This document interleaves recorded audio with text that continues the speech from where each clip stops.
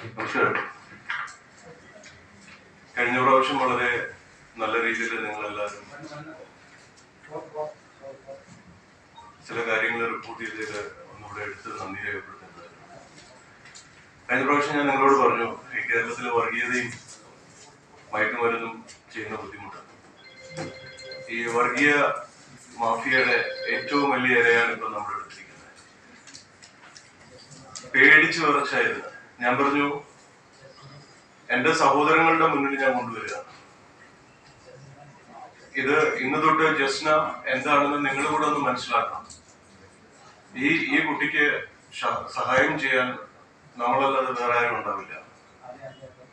So എന്താണ് ജസ്ന ഇപ്പൊ face ചെയ്തുകൊണ്ടിരിക്കുന്ന പ്രശ്നമെന്ന് കേരള സമൂഹം മനസ്സിലാക്കണം. ഒരു ശ്രീകൃഷ്ണന്റെ പടം വരച്ചതിന്റെ പേരിൽ ഹിന്ദു തീവ്രവാദികൾ, അതായത് മുസ്ലിം കുട്ടി, തട്ടമിട്ട കുട്ടി, ഇറച്ചി കഴിച്ച കുട്ടി ശ്രീകൃഷ്ണന്റെ പടം വരച്ചു എന്ന് പറഞ്ഞ് ശബരിമല പ്രശ്നം ഏറ്റവും കൂടുതൽ വർഗീയമാക്കിയ ഗ്രൂപ്പ്, കേരളത്തിലെ ഏറ്റവും വലിയ ഹിന്ദു തീവ്രവാദ ഗ്രൂപ്പാണ് ഈ കുട്ടിക്കെതിരെ ഒരു സൈഡിൽ ആക്രമിക്കുന്നത്.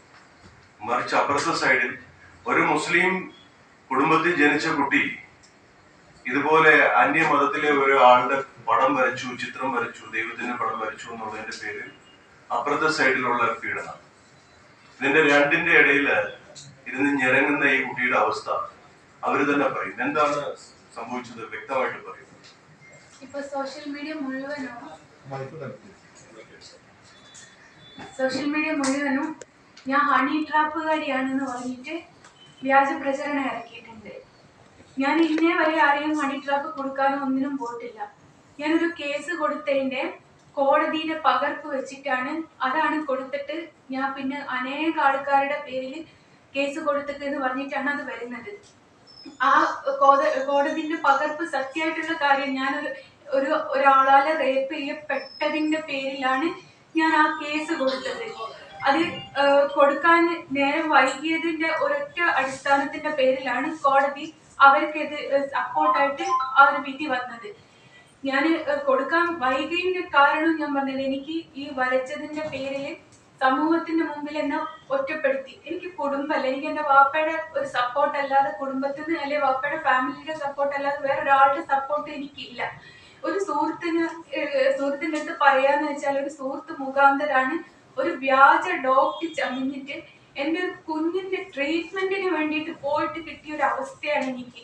എന്റെ കുഞ്ഞിന് അങ്ങനത്തെ ഒരു ബുദ്ധിമുട്ട് വരാൻ കാരണം എന്ന് വെച്ചാൽ, മദ്രസേന്ന് ഉസ്താദിന്റെ അടി ദിവസം അതിനെ വെറുതെ തല്ലുക ചെയ്യുന്നത്. എന്തിനാ തല്ലുന്നത് ആ കുഞ്ഞിന് അറിഞ്ഞൂടാ.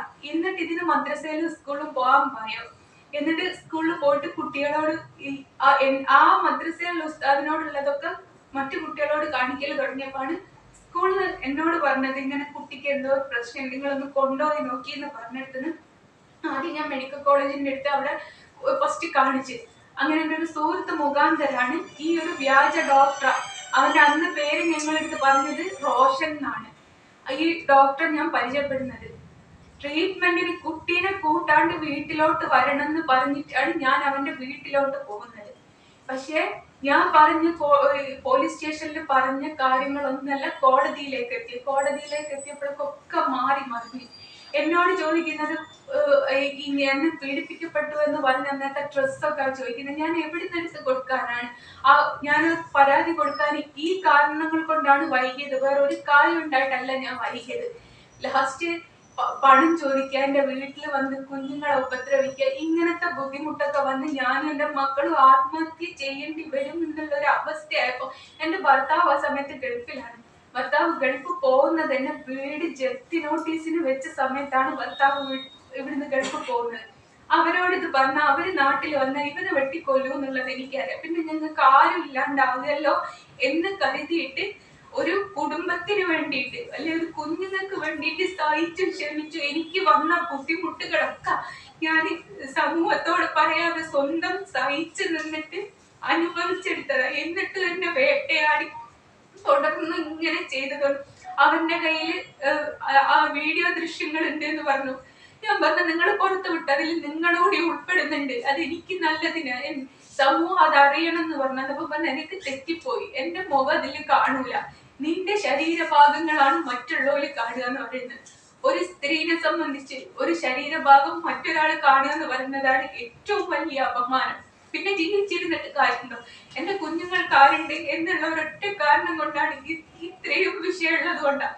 എന്നിട്ട് ഞാൻ ലാസ്റ്റ് പരാതി കൊടുത്തപ്പം സിദ്ദീഖ്, ഇപ്പോഴത്തെ MLA ടി സിദ്ദീഖ് എന്ന് പറഞ്ഞ ആളാണ് ഇവർക്ക് എല്ലാ സഹായവും ചെയ്തു കൊടുത്തത്. ഞാൻ കൊടുത്ത മൊഴി അത് കോടതിയിലെത്തിയില്ല, കേസ് കാര്യമായിട്ട് അന്വേഷിച്ചില്ല, അവനെ അറസ്റ്റ് ചെയ്തില്ല, ഒരു സപ്പോർട്ട് ചെയ്ത് എന്നെ കുറ്റം പറഞ്ഞ് അവർ ആ കേസ് അങ്ങനെ അങ്ങ് തീർത്തു. ഓക്കെ, അത് ഞാൻ കോടതി പൊട്ടി. ഞാൻ എന്നിട്ടും ഹൈക്കോടതിയിലേക്ക് പോകാനോ ഒന്നിനും നിന്നില്ല. ഓക്കെ, എന്റെ വിധി ഇങ്ങനെയാണ്, ഞാൻ ഇങ്ങനെ തന്നെ ജീവിച്ചോളാന്ന് വിചാരിച്ച് നിൽക്കുന്ന സമയത്താണ് ഇതിന്റെ പകർപ്പ് വെച്ചിട്ട് അവൻ സോഷ്യൽ മീഡിയയിൽ ഇട്ടത്. ഞാൻ ഹണി ട്രാപ്പുകാരിയാണ്, ഞാൻ പലരുടെയും പേരിൽ കേസ് കൊടുത്തിട്ടുണ്ട്, അതും പീഡന കേസ്. ഞാൻ ഒരു പീഡന കേസ് കൊടുത്തിട്ടുണ്ട്.